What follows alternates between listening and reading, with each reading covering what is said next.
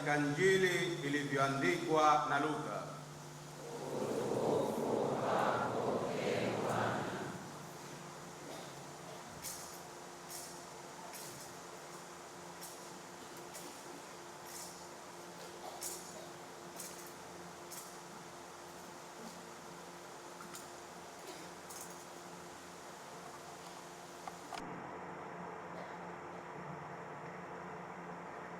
Siku ile watu wawili miongoni mwa wafuasi wa Yesu walikuwa wakienda kijiji kimoja jina lake Emau, kilichokuwa mbali na Yerusalemu kama mwendo wa saa 2. Nao walikuwa wakizungumza wao kwa wao habari za mambo hayo yote yaliyotukia. Ikawa katika kuzungumza na kuulizana kwao, Yesu mwenyewe alikaribia, akaandamana nao. Macho yao yakafumbwa wasimtambue. Akawaambia, ni maneno gani haya mnayosemezana hivi mnapotembea? Wakasimama wamekunja nyuso zao.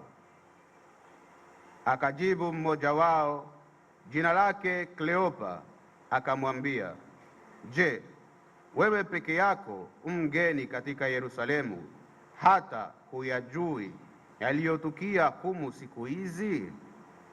Akawauliza, mambo gani?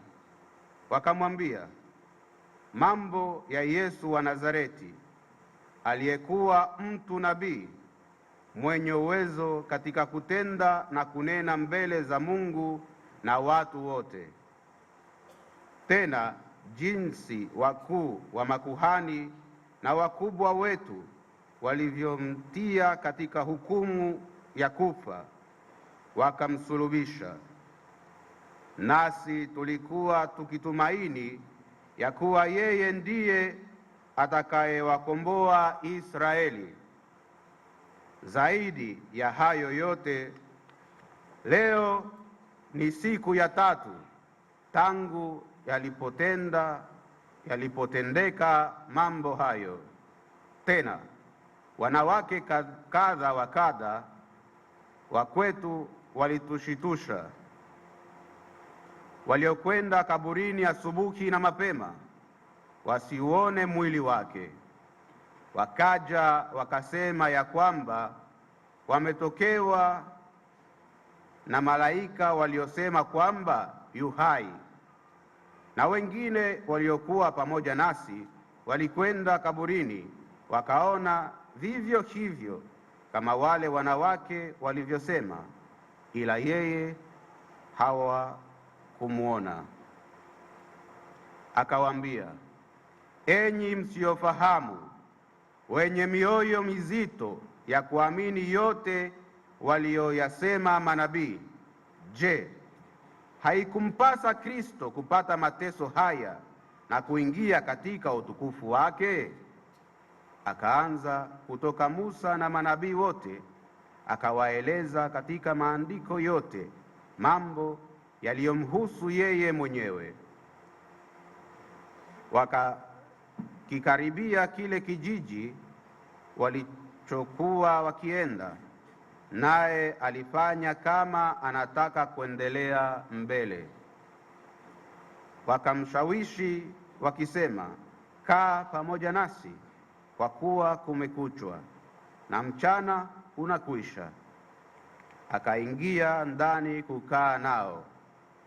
Ikawa alipokuwa ameketi nao chakulani, alitwaa mkate, akaubariki, akaumega, akawapa. Yakafumbuliwa macho yao, wakamtambua. Kisha akatoweka mbele yao.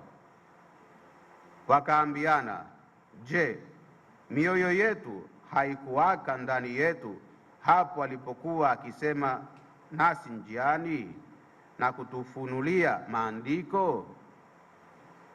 Wakaondoka saa ile ile, wakarejea Yerusalemu. Wakawakuta wale 11 wamekutanika, wao na wale waliokuwa pamoja nao, wakisema, Bwana amefufuka kweli kweli, naye amemtokea Simoni. Nao waliwapa habari ya mambo yale ya njiani na jinsi alivyotambulikana nao katika kuumega mkate. Neno la Bwana.